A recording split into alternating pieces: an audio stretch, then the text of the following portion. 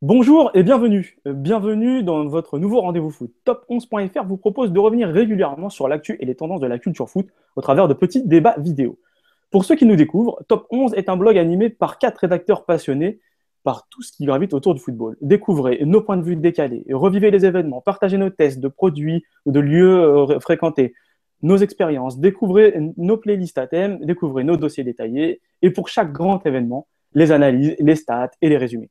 Depuis novembre 2013, Top 11, c'est déjà un mondial, une CAN et une Copa América couverts dans leur globalité. Nous répondrons évidemment présent pour l'Euro 2016. Enfin, Top 11, c'est déjà 164 articles validés par le comité de rédaction de BeIN Sport. Vous retrouverez bien sûr tout cela sur www.top11.fr et sur notre chaîne YouTube. Voilà pour les présentations. Aujourd'hui, je vous propose de faire une petite preview de la saison 2015-2016 et pour lancer ce tout premier numéro des débats Top 11, j'ai la chance d'avoir un des rédacteurs du blog avec moi. Jérémy, bonjour. Salut à tous. Salut Jérémy.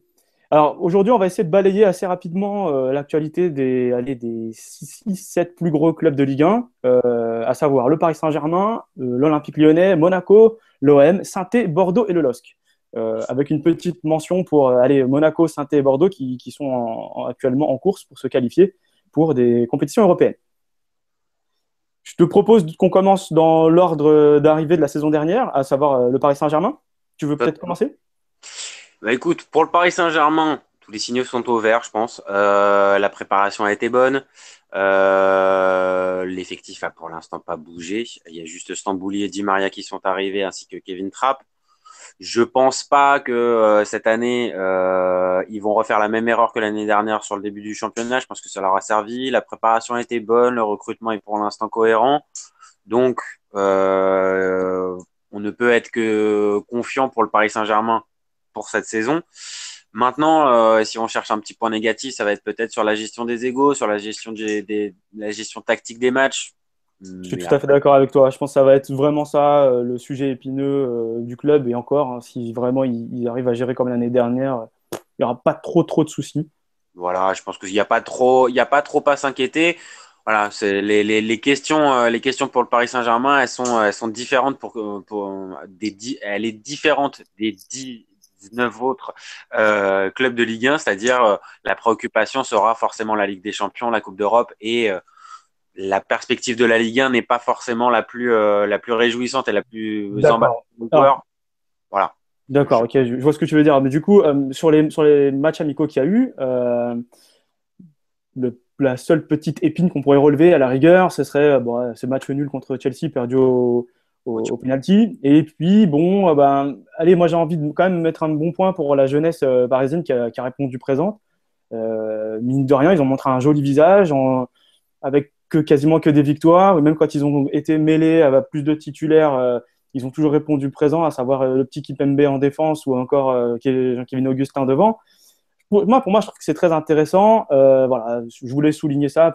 À souligner aussi quand même le beau visage qu'ils ont montré face à la Fiorentina en gagnant 4-2, avec quand même une majorité de jeunes, hein. Je ne sais pas ce que tu en penses.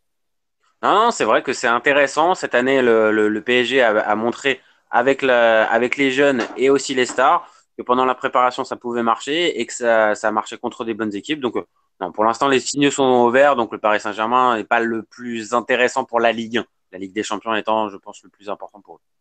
D'accord, très bien. Moi, je te propose de passer à l'Olympique Lyonnais, du coup, le dauphin du Paris Saint-Germain la saison dernière.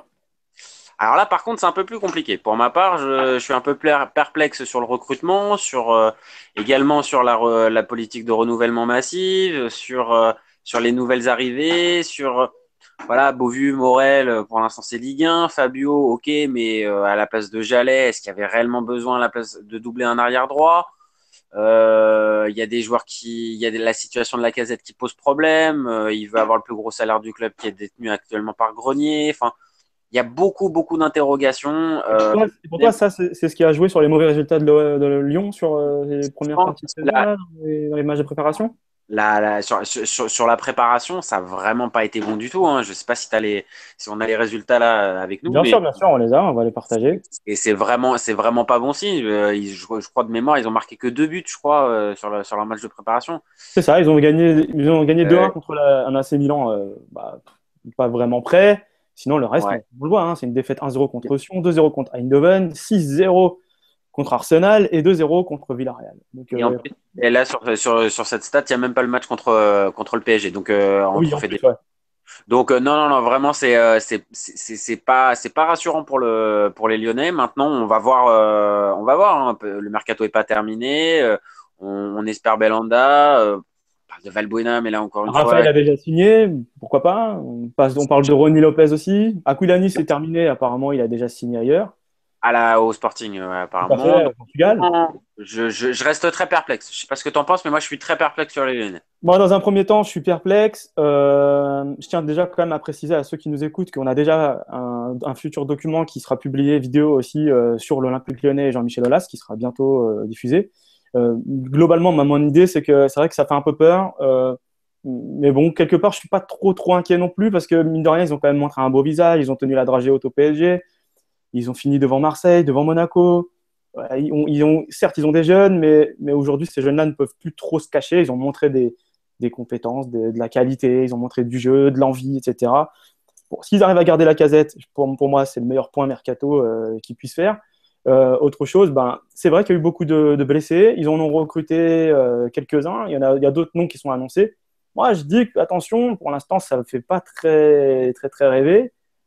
En revanche, une fois que les blessés seront revenus, et s'ils arrivent à faire venir les noms qui sont annoncés, au final, il peut y avoir un effectif assez intéressant du côté de Lyon. À voir Donc, alors. ouais, donc moi, je dirais plutôt à voir, quoi.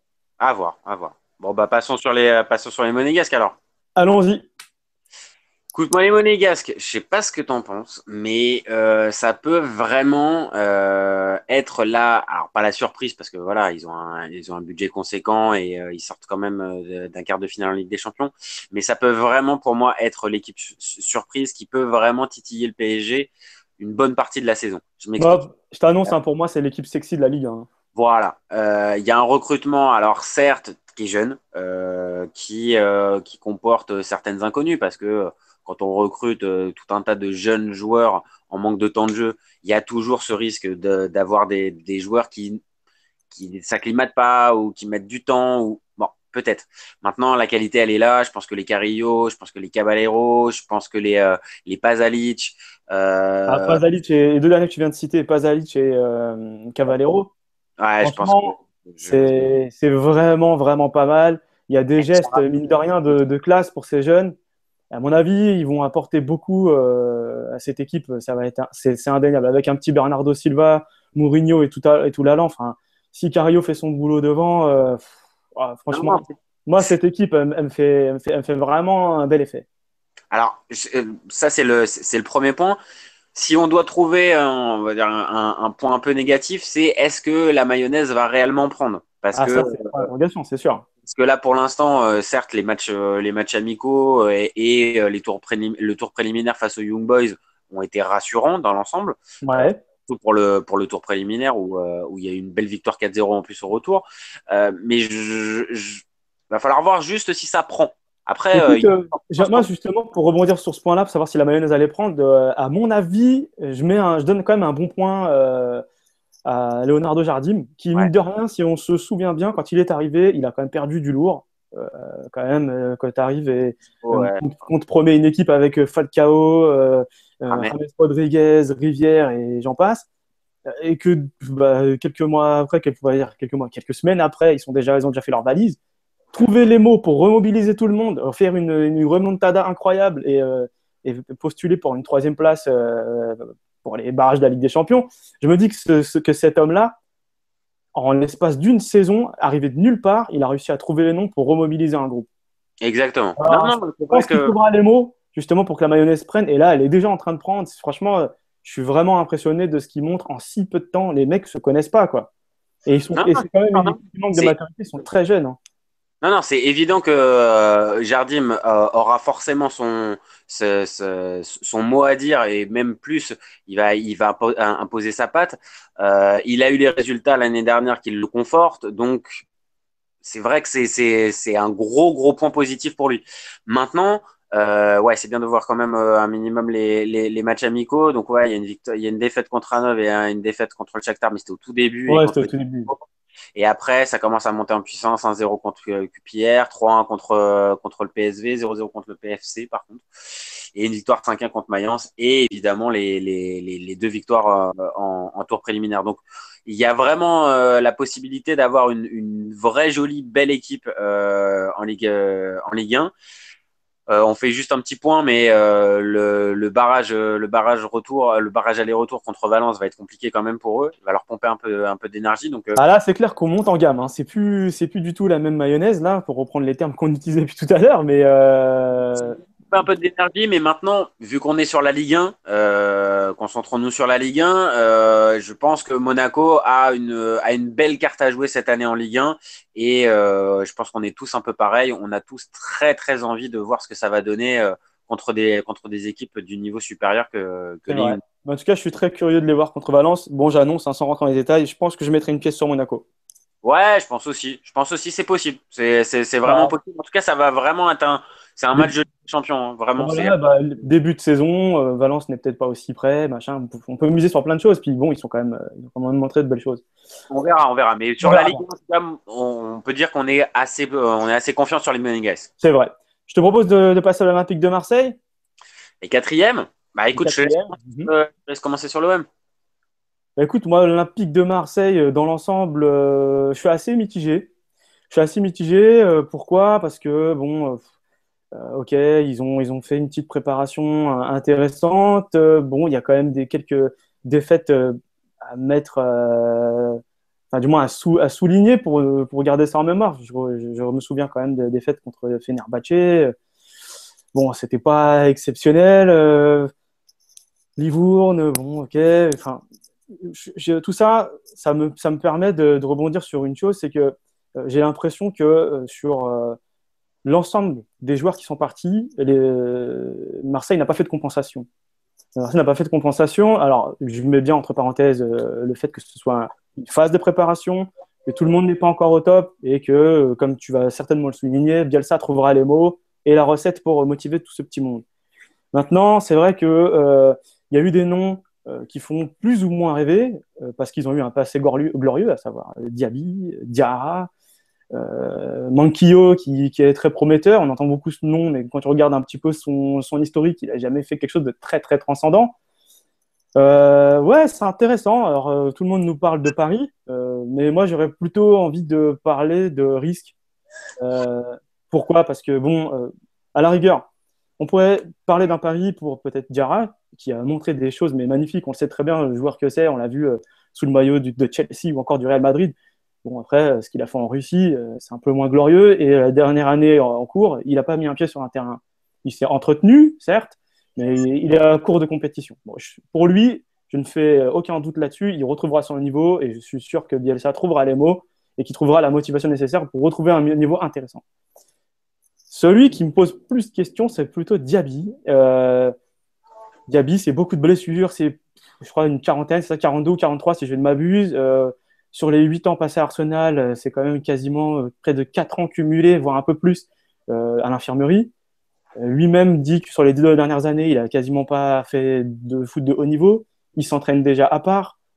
Il est très fragile. Quand tu regardes ses déclarations, ses interviews, ce qui a penché en sa faveur, c'est le fait de trouver un club français qui s'intéresse à lui, qui pouvait lui promettre un suivi médical de qualité. Donc, qu'est-ce que ça veut dire? Qu'est-ce qu'on doit comprendre? Il est déjà blessé ou pas?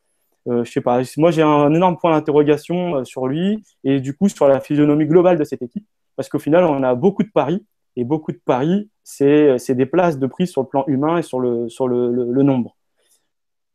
Alors oui, moi, c'est un détail qui m'interpelle, tout simplement parce que je ne sais pas si tu te souviens, l'année dernière, le fair play financier bloquait le PSG sur un critère de présentation de joueurs. Je ne sais pas si tu te souviens, à la base, ils ont été limités à 21 joueurs au lieu de 25. Totalement, je me rappelle. Mais c'était que pour la Ligue des Champions. Et quand je vois un petit peu les profils qui ont été annoncés, ce qui sont des paris et pour certains même des risques, et si la mayonnaise ne prend pas ou met trop de temps à prendre, je sais très bien que tous les points perdus en début de saison sont extrêmement difficiles à récupérer par la suite. Ça, c'est une réalité. D'ailleurs, c'est encore Hervé Renard qui le disait dans sa dernière interview avant le match de ce soir contre le Paris Saint-Germain. Moi, je le trouve. Je me Ouais, perds. justement, en agissant comme ça, je me dis que Marseille prend le risque de s'infliger cette même barrière qu'avait le PSG sur la Ligue des Champions, mais là, c'est du coup pour toute la saison, quoi. Tu vois ce que je veux dire? Je vois. Mais moi, je suis obligé de réagir sur une chose. Bien sûr, vas-y. dans ta démonstration, je comprends les incertitudes et moi aussi, il y en a certaines que je partage. Diarra, on ne sait pas quand est-ce qu'il sera prêt. Diaby, encore moins. Monquillo, en regardant un peu plus les stats, on se rend compte qu'il n'y a vraiment pas beaucoup de matchs joués ces dernières années. C'est le moins qu'on puisse dire. Mais maintenant, il y a un point qui est fondamental, c'est l'entraîneur, c'est Bielsa. Après qu'on aime ou qu'on n'aime pas, c'est un entraîneur qui fait progresser les joueurs qu'il a sous ses ordres. Il y en a certains qui l'ont rejoint parce que c'était Bielsa. Il y en a certains qui sont restés parce que Bielsa était là et qu'ils savaient qu'ils avaient une belle carte à jouer cette année en continuant d'apprendre. Je pense que là, pour une fois, il a un effectif qui va lui correspondre. L'année dernière, les Ayou, les Payet, les Gignac, c'était pas des joueurs qu'il avait choisis. Là, c'est des joueurs qu'il a validés. Il l'a bien reprécisé, même si Diarra et Diaby, si on écoute bien, ce sont des choix de La Brune. Il l'a confirmé hier en conférence de presse. Mais on se rend compte qu'il a validé. Et il l'a Mais bien reprécisé. il a tout de même aussi confirmé pour ces deux joueurs-là qu'il avait été concerté et qu'il avait validé avec le président. Ouais. C'était Donc, le président qui lui avait proposé, donc il a quand même eu son accord. ça montre bien qu'il y a eu accord et qu'il y a eu concertation entre les Mhm. deux, en tout cas. Mhm. Donc pour moi, cet effectif-là est peut-être de moins bonne qualité que celui de l'année dernière, mais avec un homme comme Bielsa à sa tête qui va pouvoir, je pense, faire progresser 75 voire 80% de son effectif. Moi, personnellement, si les objectifs étaient d'être dans les deux premiers, oui. Clairement, Vincent Labrune a parlé de top 5. Top 5, avec l'effectif qu'il y a pas de quoi être inquiet plus que ça pour les Marseillais pour ma part. D'accord. Et du coup, financièrement parlant, tu crois que ça suffira d'être dans simplement le top 5? Parce que quand on dit top 5, je pense que la première place, compliqué. Deuxième place, si Monaco fait une grande saison, Ça paraît compliqué. On parle compliqué. plus d'une troisième. On parle plus On d'une fera troisième plus dans le d'une meilleur des cas. troisième, voire au moins faire comme l'année dernière, ce qui serait déjà bien, je trouve, hein, parce que vu le visage qu'ils ont montré en début de saison, c'était assez intéressant. Bon, ils se sont effondrés en deuxième partie, mais Ouais. à la fin, il y a eu quand même une lutte intéressante avec Lyon, Monaco, tout ça, c'était vraiment bien. Enfin, surtout plus avec Monaco. Euh, Admettons qu'ils finissent, allez, cinquième, voire en dessous, parce que en dessous, on va avoir, mine de rien, le LOSC qui va venir taper au portillon. On en parlera tout à l'heure, mais mine de rien, eux, ils recrutent assez intelligemment. D'ailleurs, on a un coach qu'on connaît qui est assez accrocheur, qui a une courte expérience, mais qui gagne des titres internationaux, Pour euh, rebondir, pour rebondir, et qui ne jouera pas de Coupe d'Europe. pour rebondir tout simplement, c'est que pour moi, l'OM peut largement viser le top 5 parce que autour, la concurrence, à part bien évidemment Monaco, qui est un Mhm. cas à part, Lyon, comme je l'ai dit, comme on l'a dit auparavant, on attend vraiment de voir la fin du mercato et l'équipe finale qui sera alignée. Ouais. Saint-Etienne, on va en parler aussi. Le LOSC aussi, ça s'est pas non plus renforcé significativement. Donc, vraiment, pour moi, la raison principale, c'est la qualité de l'effectif de l'OM et Bielsa. Mais en plus, la concurrence ne s'est pas vraiment renforcée. Donc, pour moi, finir dans le top 5 est largement possible. Après, le volet financier, est-ce que ça suffira ou pas? C'est un autre débat. Pour ce qui est des objectifs, on parle de top 5. Pour moi, l'OM finit largement dans le top 5 avec cet effectif-là. D'accord, bah écoute, en parlant de cinquième place, bah, ça nous amène tout droit sur Saint-Etienne. Eh oui. Euh, Concrètement, on prend les mêmes et on recommence en termes d'ambition. Les joueurs ont changé, mais est-ce que ça changera grand-chose? Le mercato t'a convaincu? Est-ce que tu as vu ces derniers temps des matchs amicaux de Saint-Etienne, voire même des barrages d'Europa League toi, t'as impressionné? Enfin, livre-moi ton sentiment. Je vais t'afficher en même temps les résultats de Saint-Etienne en match amicaux. Vas-y, je t'écoute. Ah, écoute, tout simplement, on a une réponse un petit peu de si l'équipe a l'air de partir sur d'autres bases. Ah, il y a juste à regarder le barrage aller-retour. Voilà. Ils sont impliqués pour le premier match. Le deuxième match, ils en ont rien à faire. Et ben forcément, si Saint-Etienne, ils sont pas à 200% sur l'envie et sur la motivation à chaque match, et bien forcément, ils vont pas Ça, aller c'est très loin. sûr. Et tout d'un coup, tu as le spectre de Heichberg et de Karabakh qui ressurgit. C'est ça, c'est ça. Maintenant, je pense que Saint-Étienne, le salary cap est vraiment le frein principal au développement de ce club. Mhm. Euh, il y a eu des ventes, il y a eu des jolies ventes. Gradel pour une dizaine, Tabanou pour 5-6, Erding pour 3,5. Et les réponses des dirigeants stéphanois pour pallier ces départs-là, offensivement en tout cas, c'est Nolan Roux qui a déjà signé, Mhm. Neil Maupay, et c'est Jean-Christophe Baebeck. Ah, ça, c'est pas encore fait, mais c'est vrai que il est annoncé. C'est Bon, c'est ce qui est annoncé, c'est ce qui est projeté.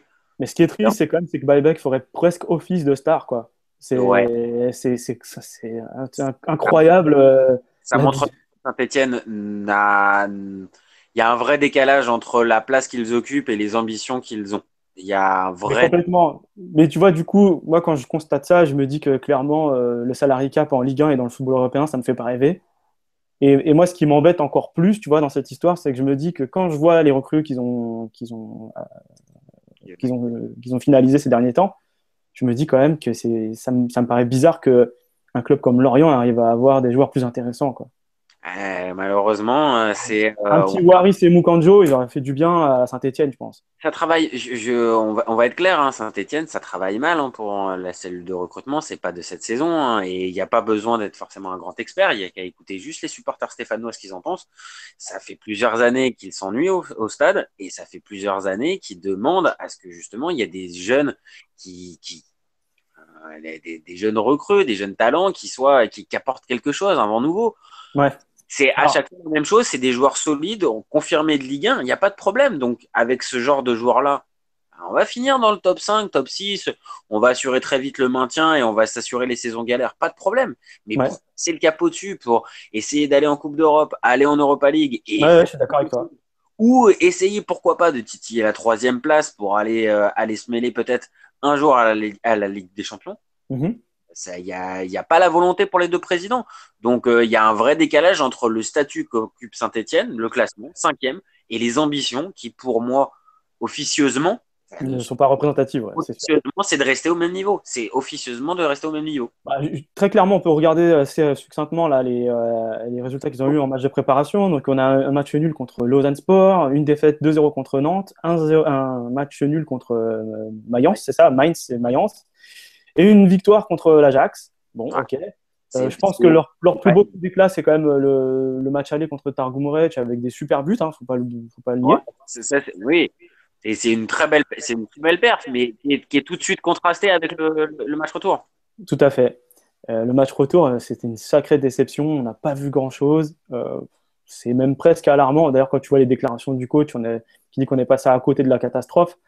Bon, ben, ok, on a compris. Ils n'étaient pas au rendez-vous. Est-ce qu'ils le seront pour le début du championnat?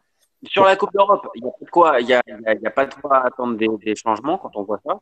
Et sur la Ligue 1, pour moi, voilà, le Etienne va tenir son rang de 5-6e. Ça sera compliqué de les jouer, ça sera jamais 3 points pour l'équipe qui va les jouer. Mais par contre, il y a pas de quoi attendre plus. Il y a pas de quoi attendre plus. Ouais, c'est sûr. Je te propose de regarder très vite là le tirage au sort qui a eu lieu là, tu sais, pour l'Europa League. Exact. Donc, bah, Saint-Etienne tombera contre un club moldave, Milzami.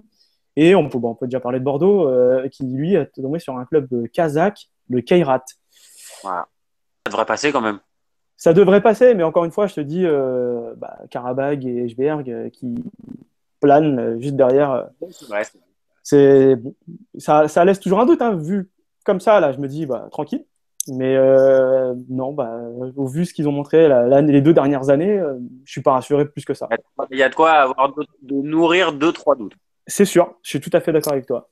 Bon, et Bah, transition toute trouvée du coup avec Bordeaux. Euh, à ton avis, cette année, c'est la bonne? Ils vont réussir à déclencher quelque chose? Comment on peut faire une bonne saison quand on garde exactement le même effectif, à une exception près, Mariano, qui est parti, qui est remplacé par Gadjic, et qu'on perd le totem Marc Planus? Non, je vois pas. Non, je vois pas du tout. Alors oui, certes, ils récupèrent un chèque Diabaté qu'ils n'avaient pas les 6 derniers mois. Ok. C'est vrai, mais après, on peut peut-être aussi miser sur la continuité. Tu sais, en général, il y a des équipes Alors, qui arrivent à se bonifier avec le temps. Justement, ils vont créer des automatismes, les gens vont avoir une vie de groupe qui sera un peu meilleure. Moi, je dis pourquoi pas. la continuité, pourquoi pas. Maintenant, il y a quand même pas énormément de talent intrinsèquement dans cette équipe. Donc, je reste mesuré. C'est bien l'envie. On n'est pas à l'abri aussi qu'ils nous sortent une pépite du centre de formation. Peut-être, mais ça pas, ces dernières années, il Mais y a pas, je suis d'accord avec toi que ça fait pas rêver, hein. On est un petit peu dans le même registre que Saint-Etienne. c'est pas rêvé. C'est un club qui, en plus, c'est son nouveau stade. qui a pas des ambitions démesurées non plus, qui tient. Et puis, des noms ne sont pas annoncés non plus, hein. Bah voilà, donc on est un peu dans la même configuration que Saint-Étienne, c'est-à-dire un club qui tient son rang, qui va jouer crânement sa chance, comme on dit dans le milieu du foot. Mais bon, il n'y a pas de quoi attendre réellement grand-chose qu'une cinquième place tout au mieux. Alors, moi, ce que je te propose, du coup, c'est de rebondir sur le dernier gros qu'on va passer en revue, à savoir le LOSC. Mhm. Moi, clairement, cette équipe qui ne joue pas en plus de Coupe d'Europe, qui se renforce intelligemment, sans faire de gros transferts, mais je dirais intelligemment, avec un nouveau coach qui a une nouvelle philosophie, un vrai caractère qu'on retrouve nous souvent dans ses équipes, dans le jeu de ses équipes. Moi, clairement, je les vois passer devant Saint-Étienne et Bordeaux et finir au moins cinquième. Je pense aussi que Lille, ça va être, alors, c'est un peu une demi-mesure, mais ça va être un peu l'attraction du championnat. Je pense que Renard, on a vraiment envie de le voir dans un club qui a un peu d'ambition, pas Sochaux. Ces deux cannes, son passage aussi à Sochaux, où il a presque réussi à les maintenir, donne envie d'en voir plus. T'as raison, le mix des joueurs à recruter, ça peut être intéressant et ça peut vraiment donner quelque chose de positif. J'attends de voir. Maintenant, l'effectif est quand même pas non plus pléthorique et ça manque peut-être aussi de qualité, mais il n'y a pas de Coupe d'Europe. Ça peut être l'équipe difficile à manœuvrer qui sort sur un bon début de championnat et qui finit dans le top 5. Donc, Ouais, c'est vrai. et j'ai vraiment envie de voir ce que Renard va donner avec une équipe. Bah, écoute, moi, je suis assez impatient de voir ça, puisque bon, on sait que déjà qu'il a déjà gagné deux titres continentaux avec deux sélections africaines différentes.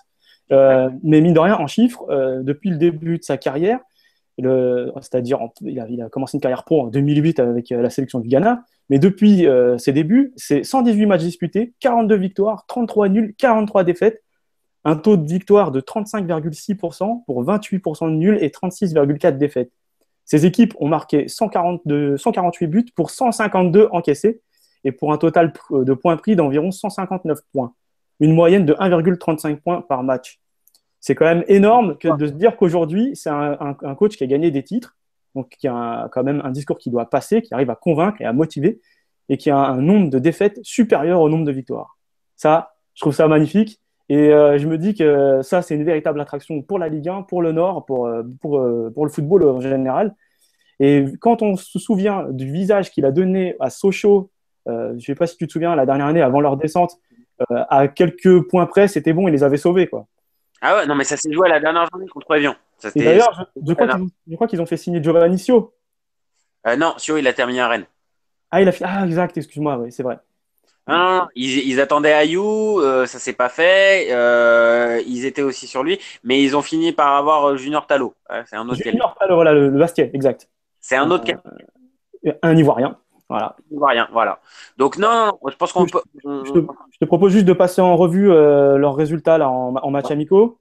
Histoire de voir un petit peu ce que ça donne. Ouais, ouais, ouais. Bouge pas, je te le mets ça De tout de mémoire, suite. c'était solide, hein. C'était plutôt positif, hein, les résultats qu'ils avaient C'est eu. pas vilain, hein. Alors, une victoire 2-1 contre Boulogne, une défaite 4-1 contre Lokeren, 1-0 contre Ostende, une victoire 1-0 contre les Stacks, un match 0-0. nul contre Besiktas et un partout contre l'équipe portugaise de Braga qu'on connaît, on sait qu'elle est un petit peu accrocheuse, hein, quand même.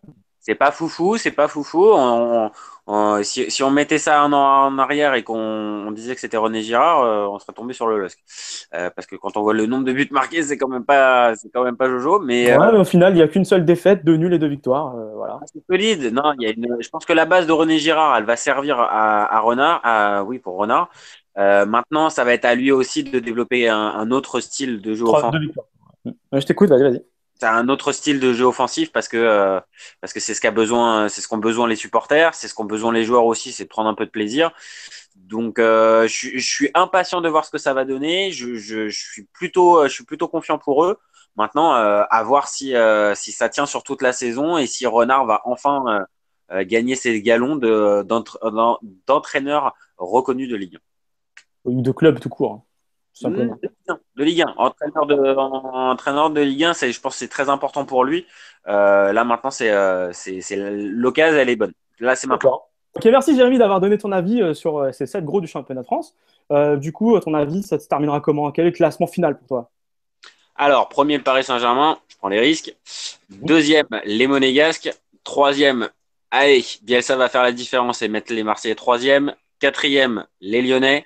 Cinquième, Renard va faire le taf et mettre les Lillois en Europa League. Sixième, les Stéphanois. Et septième, Bordeaux. D'accord, pas mal. Je pense que ça Et se pour tient. toi? Bah, pour moi, je vois le Paris Saint-Germain se diriger vers un autre titre, sans trop de soucis. Monaco, ça me paraît sexy de ce qu'ils ont montré dans les matchs de préparation et ça risque de monter en puissance. Enfin, je dis que la place leur reviendrait légitimement. Lyon devrait tenir son rang du trio de tête, donc troisième au final. Et pourquoi pas aller titiller Monaco si les blessés reviennent et si d'autres noms ronflants qui ont été annoncés par Olas arrivent. Ensuite, pour la quatrième place, moi, je mettrais le LOSC. Le LOSC parce que, contrairement à l'Olympique de Marseille qui convoite aussi cette place, eux, ils n'ont pas de Coupe d'Europe à jouer. Et ils ont un nouveau coach, une nouvelle philosophie et un recrutement, je dirais, intelligent. Ensuite, comme l'a annoncé Vincent Labrune, moi, je vois bien Marseille dans le trio, dans le top 5, à la cinquième place. Ça ne serait pas débile de les voir à ce poste-là. Ensuite, je viendrai Saint-Etienne et Bordeaux pour terminer. Ok, d'accord. Tu verrais qui descendre, toi, par exemple? Et pour les descentes, on part avec combien de descentes déjà? Deux ou trois? Il me semble que c'est resté sur 3. On est parti sur trois, donc les trois promus. Les 3 promus. Moi, franchement, On va pas en obtenir. je vois pas Angers et Ajaccio rivaliser. Pareil pour le troisième, je sais pas qui. C'est trois le Bon, troisième. mettons peut-être 3, mais je n'irai pas ça parce que 3 est quand même habitué à la Ligue 1. Moi, je les vois bien se maintenir comme ils font d'habitude, in extremis. Moi, ce Non, serait pas déconnant. pour moi, c'est les trois promus. Pour moi, ils ont trois têtes de victimes désignées. Ok, écoute, c'est noté. On verra si ça se vérifie. Écoute, je te remercie d'avoir partagé ton avis avec moi sur ce thème. Merci à tous de nous avoir suivis. Vous retrouverez bien sûr en dessous de cette vidéo tous les liens qui nous ont permis de monter ce débat. Je vous dis à très bientôt pour un nouveau débat sur l'Olympique Lyonnais et Jean-Michel Aulas. Je vous dis à très bientôt et À merci très encore. bientôt. Ciao. Ciao, ciao.